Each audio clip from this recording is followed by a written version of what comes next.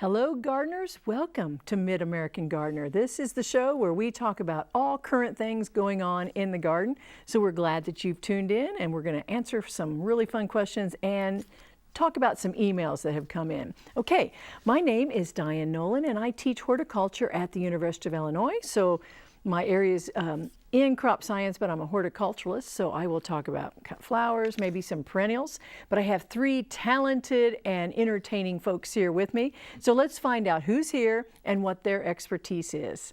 And they're also going to maybe talk about a show and tell or an email. Dr. Bob Skirvin, let's start first with you. Hi. So I'm Bob Skirvin. I taught horticulture for 40 years and I'm retired now, but I still like the students. So anyway, one of the things I really like to do, I love the grocery stores. I go to the grocery store whenever I get a chance. And I'd like to tell you about the things to watch for in the grocery store right now. And right now, a lot of really high quality grapes are coming in from South America. Now, 5-10 years ago, when they started coming in, they were really second rate and they were pretty, but they didn't taste like grapes. But we get some really high quality fruit coming in right now, so it's really time to check it out. And one of my favorites is this grape right here. It's called a Globe, red Globe grape. And I don't know if you get an idea, but they're bigger than a quarter in diameter here. And I've seen some that are bigger, and they are really, really good. These are from Peru. They come in a bag. They come in this bag. The grocery store looks like that. And they want you to buy the whole bag. These usually aren't very cheap. These were $2.79 a pound, I think, but they want you to buy a whole bag. You don't have to buy a whole bag. you may die by the time you eat that many grapes. So just take out what you want. They'll sell them to you, and they won't gripe. And get in there. But they're really huge, and they really taste. It's just amazing how big they are, and they're just really good. But it's more than that. One thing that is interesting are these. Or some of the grapes are seedless, and this one, the great big one does have seeds. There's usually a couple seeds in each one of them. And one of the things I remember in the grocery store, they would have big signs that these grapes have seeds. You know, I think it's because a lot of the mothers are convinced their kids are going to die from seed poisoning, and probably it's more likely they're going to die from choking on these giant grapes. But nobody dies. But anyway, there's a really good. You get out and buy some of the Red Globe. They're out. Try lots of other grapes too. Some are really inexpensive and they're very, very good. They're very high quality. You could almost slice those. They are so large. Cut them in chunks. That might be a little overdoing it, but those are large grapes. Okay, well, thank you, Bob. And now let's go to you, Ella Maxwell.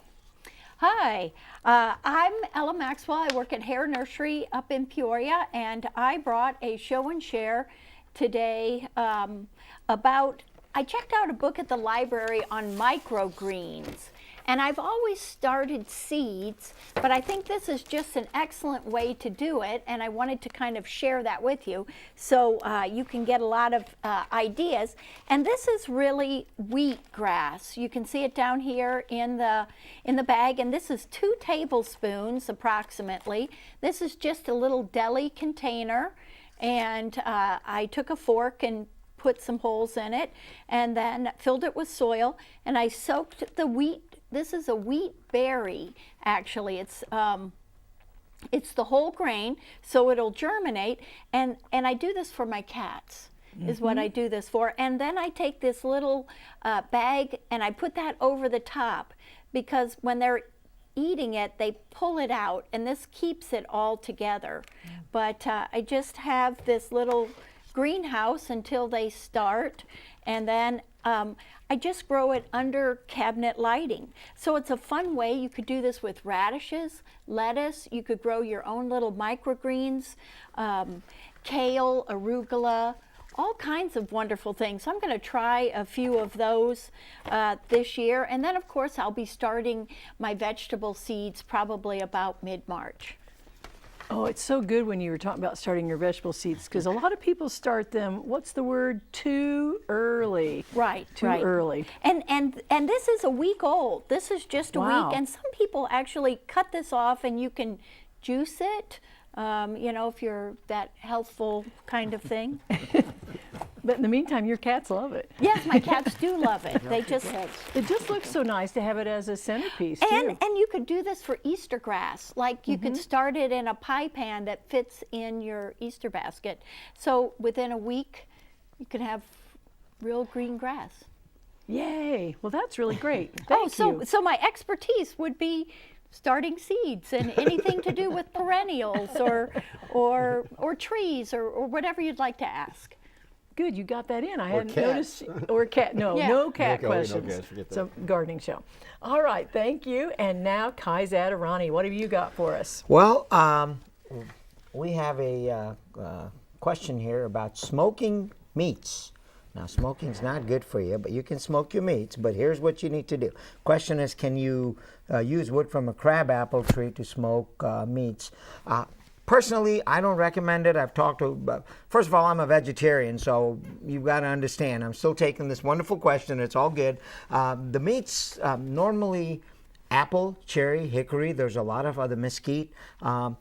Those are better woods. Now, I know you probably have cut down a crabapple tree and are hoping you can do that. Reason why we don't recommend this, and I've talked to several people that use different fruit tree woods wood to smoke. The wood from a crabapple produces more of a sour or an acrid smoke, and I don't think you want to imbibe your meats with that. So not recommending that. I'm sure you've got room in your fireplace for that, so that's what we would suggest. Save it for the bonfire. Save it for the bonfire and maybe Yep. s'mores and that kind of stuff, but yeah, keep the meats away from that. Interesting. Okay. Don't you, on the wood, you burn the wood, you get the smoke out, you just soak it in water for... You have to, yes. That's the reason why apparently there's more smoke. But apparently, and I've never, I mean, like I say, I don't cook that. But the more people I've talked to, they say crabapple wood is not necessarily the best, but apple, Soak absolutely. it for an hour or two, I guess, Yeah. in water before you start That's to what you burn do, it. yeah. And then you set it, yeah. Okay. Very good. That was a good question, though. So you figured out. Well, we're going to go to our Did You Know segment next.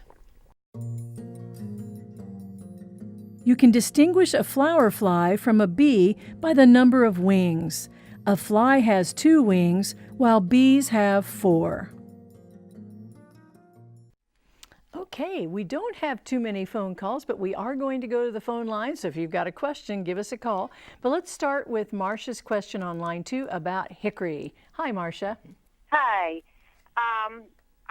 We didn't get many hickory nuts this year, but we do get them. Yes? Can you hear me? Yes, just keep talking. Okay. We're okay. engrossed. So I was wondering, can you use hickory nut husks for mulch?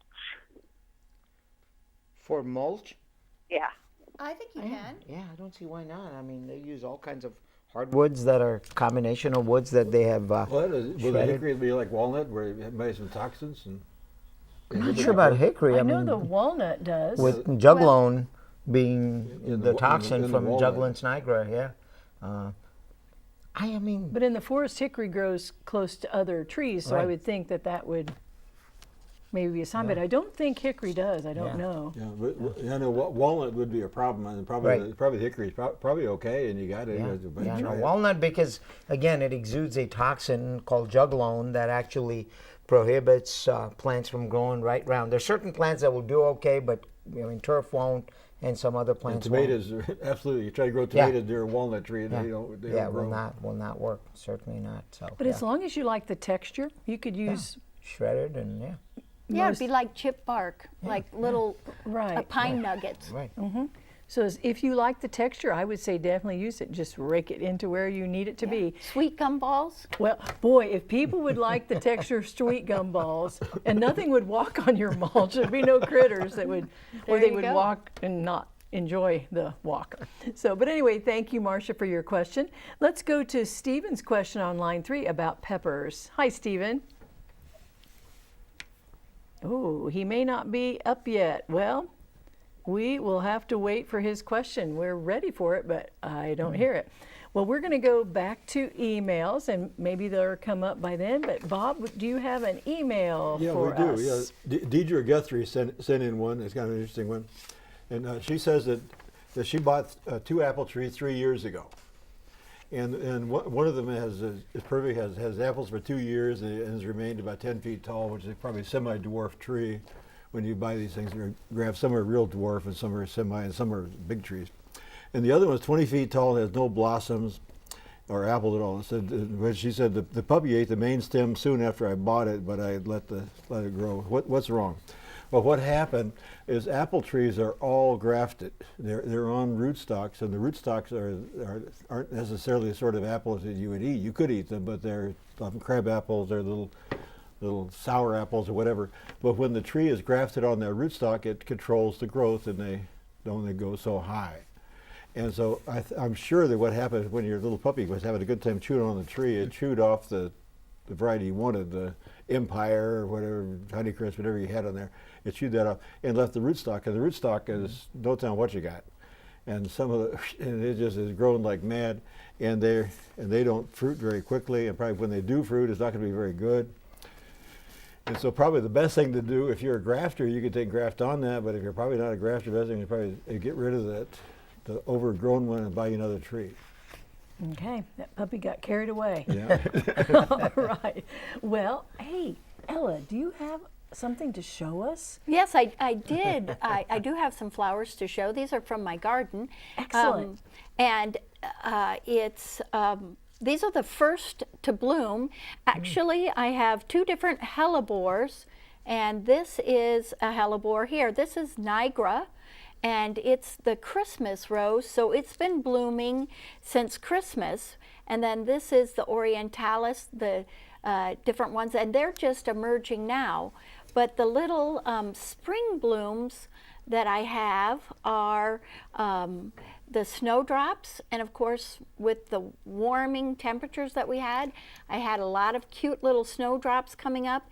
And then I also have winter aconite, and these have a really nice pollen that the bees are collecting. So the minute that these open up in full sun, the bees have been out with this warmer temperatures, and they're taking advantage of the pollen there. So I've got some flowers that are blooming in my garden. And my question was about daffodils, the spring blooming bulbs that you can plant in the fall. And daffodils are a little bit different than like a tulip. The daffodil bulb is more like an onion. So you know that when you cut an onion, you have those rings, and each one of those would represent a leaf. And it's the same way with the daffodil bulb. So the question from Cindy in Urbana was, well, when should she divide the bulbs? Or does she need to? And the great thing about daffodils is that they're very long-lived, planted about 6 inches deep, and they can naturalize. So that means that the bulb itself can get larger and larger over time, and it will split. And if you have a heavy clay soil, maybe that bulb isn't allowed to develop well enough because it's heavy.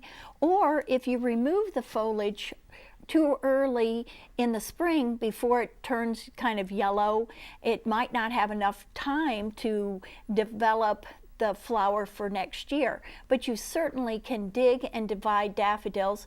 You wouldn't even have to, but if you think that they're doing poorly, I'd certainly recommend it. Okay, very good. I had a student who lived next to a daffodil cut flower farm, and she estimates her folks thought it was about 100 years old. Wow. That they had daffodils growing on their Oh, and they were location. still, it was no longer It was no longer, it was naturalized, but some of them, beautiful. it was just gorgeous. Now we're going to get to your email, but we have a question about questions, yeah. wheatgrass. So we're going to go to Julia's question on line 5 about wheatgrass. Hi, Julia. Hello. Hello. What's your question? Maxwell, Yes. you were saying that you could grow that grass for Easter, That's right. but have you ever done that? I mean, are you saying you can put Easter eggs in it? I'm saying that it's going to be a decorative addition, and that you could hide, your Easter eggs in it, whether they were chocolate or whether they were hard boiled. So it's just a real grass in the basket, as opposed to the cellophane. The horrible stuff that gets everywhere. Yeah, or the paper type. So yes, you can grow this within a week. So you would have to start backwards, and you could have real baskets for the kids. And it is so green. It's Yeah. really very pretty. So does that answer your question, Julia? No, when my children were little, boy, it's really different watching you. You seem like you're doing a totally different thing than what we're discussing. But I went out and picked grass because I didn't have money to buy the plastic grass, put it in the baskets, put the colored eggs in, and the next day it was all one big mess. Oh, well, this is actually wheat that's germinated and growing in soil. Live grass. It's- and the term is live. wheat grass. But no, it's wheat. It's wheat, It's but the wheat that term you- is Right, Wheatgrass. it's wheatgrass. Yeah. So you can buy it at the health food store in bulk, and you only need about buy the seeds and yeah. and It's plant them a in. seed. We germinated seeds. yeah, it is growing in a medium, and it is growing grass. It is not harvested grass. Right. And this is not your typical lawn seed. This No, is it wheat. Wheat. Okay. Well, let's go on to a question about grapes. We're having some follow-up questions, so let's do that. And we're going to go to Kathy's question on line 3. Hi, Kathy. Or, excuse me, line 2. Hi, Kathy. Hi. Don had those nice round grapes, and I was wondering if he knew where I ran across them. They're halo grapes, and they're narrow and long, like from the tip of your finger to your second joint. Oh, I know. Yeah, that's it. Yeah, that sort of grape. I have not seen those for sale in the United States. I think probably a specialty market. They're very common in Iran. They have the longer grapes, and I've seen. And some of my students, or Chinese students, brought me some. And they have they're long, skinny, almost like that. They're not as big as your finger, but they're long and thin like that. And and personally, I have not seen them. Down in Arkansas, one of my friends is a grape breeder down there, and they had some types that were like that they were using for breeding. Purpose to get some different shapes into grapes, but I haven't seen them.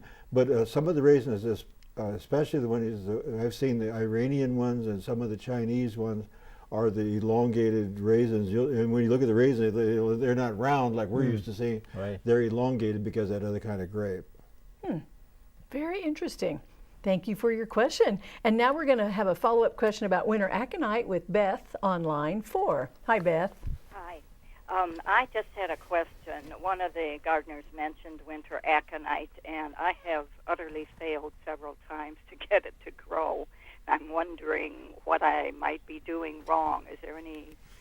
Are there any tips to growing it? That's actually a good question. Well, the winter aconite that I have in my garden, I started off purchasing the bulbs in the fall because it's a little small bulb that kind of looks like a raisin. They're tiny, and they're planted within the top 4 inches of soil. But sometimes the squirrels might dig them up. But if you have a well-drained soil, and I have them close to my front door in the bed, and then what they'll do is, like I said, the bees love them and they pollinate them, and then they make seeds, and you can they reseed themselves, and that's how they've spread. But I started with these very small little bulbs, and you plant them in September. So do try again, but that's when you're going to find them available, either mail order or in the garden center. Okay, I had one student going through a packet. He was working, for the plant sciences department, and he was throwing out the dirt clods, and I said, you just threw out the winter aconite. That's what they look like. They look kind of, he ended up with no plants to plant because he threw out what he thought was dirt clods. Oh, my goodness. That's what the winter aconite looked like. Okay, well, we're going to go to one more question, and that's Linda's question about a cactus on line 6 before we go to emails. Okay, Linda. Hi. What- Yes, I have a question about my cactus. It looks like a long snake. There's several of them that hang down. It belonged to my grandma she's been gone a long time by now. Anyway, it's like a shriveled cactus. I want to know if I'm watering it too much or if it needs water. It sounds like, does it have spines on it? but it's not a cactus that, you know, if you touch it, it hurts you. Right. Is it a succulent? Yeah. Yeah. Okay. It sounds like the dead stick plant. That's what it sounds like we have in the greenhouse. Especially if it's coming Now, down. what I think it is, I don't know, is in South Africa, in the deserts in South Africa, they have a lot of cacti and no water, virtually no water. Right. And there's a lot of plants that have evolved, and some of our favorite plants you see in homes, people like they collect them, are they just kind of horrible looking plants. They're pretty cool, but they're really, and one of the strangest ones we have in our greenhouse is called the dead stick plant. And it just looks like a dead stick. It hangs down, and it gets the sticks, and it just looks awful. If you didn't know it was alive, you'd never guess it was alive. That's just what it looks like. And that's what it sounds like. Your grandma had gotten one of these plants. It sounds like, and in terms of water, you don't water it very much. And if you want another one, you just break off a stick and stick it in the ground. So would you recommend that she water it like every 2 weeks? Well, it's probably like that, and I don't. I always tell my students to kind of feel the Stick your ground, finger in. but Right. with cactus, even just because it's a little dry, it doesn't mean Right. you're Right. overwatering.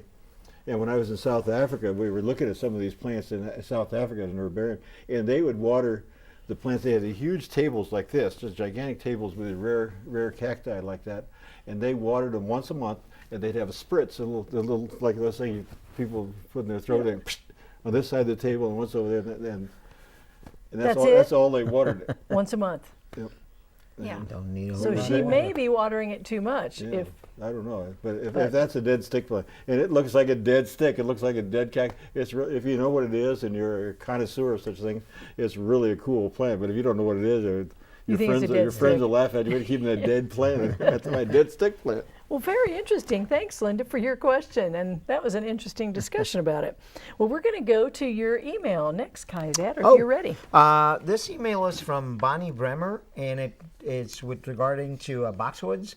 I have many boxwoods in my garden and concerned about boxwood blight. That is the east and the south. Yes, it is. And earlier, prior to the show, we were just talking. Apparently, they've even found some up in Cook County and possibly close to Kankakee. So depending on where you live, you might keep an eye out for it. Your question or concern is there anything you can do? Really, I mean, this is one of these where these are it's a fungal disease. The fungal spores are almost indetectable. They're indetectable to the naked eye. But what you need to do is, if you see anything where your leaves start turning yellow or they drop and you see some spotty stuff on them, you want to prune that, but make sure that all the leaf cuttings are taken away and disposed of properly. Also, fungal spores spread even through gloves. If people are wearing gloves and touching and it's a sticky fungus, or your pruning tools. Make sure that you don't have any of these, and make sure you clean them. Keep the area clean. If you don't have any, fungicide is okay if you know it's approaching it, but once the blight is on it, fungicide is not going to help you a whole lot. So just proper, clean plant hygiene practices should help. And you can actually dip your pruning shears, I know, In rubbing alcohol or something. Yeah, absolutely. And it's a serious thing Yeah, if you yeah. think you have it. No, make sure you keep the area clean. So there's lots of Absolutely. possibilities, so Absolutely. be careful. Well, let's go to our mag quiz next.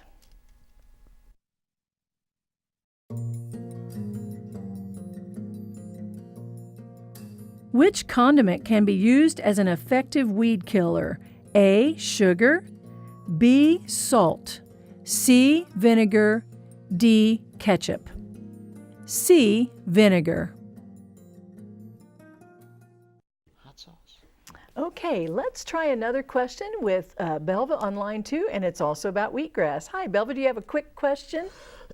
Yes, I was wanting to know if you could plant that and let your cats eat it, because I know I planted cat grass and it didn't grow very well, and they ate it and rolled in it and everything. I just want to know, that looks so much healthier. Could they eat that?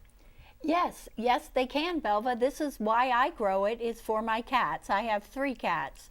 So your cats would certainly enjoy it, and you can start it like every 3 weeks, a new container for them. And you know, if they did want to use it for decorations at Easter or other times, you could just have it started. And do you have it in? Did you have it in soil, or is it just It's in basically- soil. So, It's just the seeds. I soak them overnight, and then I just spread it on top of the soil, and I put it in my little, plastic greenhouse container from the grocery store. And then once they've sprouted, I keep it under the lights. and then once it's done for you, just kind of, I compost it. okay. So don't go with it too long. I guess that's the take-home message. Well, the cats will eat the tops off. Yeah. So yes, it is a cat plant. Well, thank you folks so much for watching and your good comments and your expertise. Appreciate it. See you next time. Bye-bye.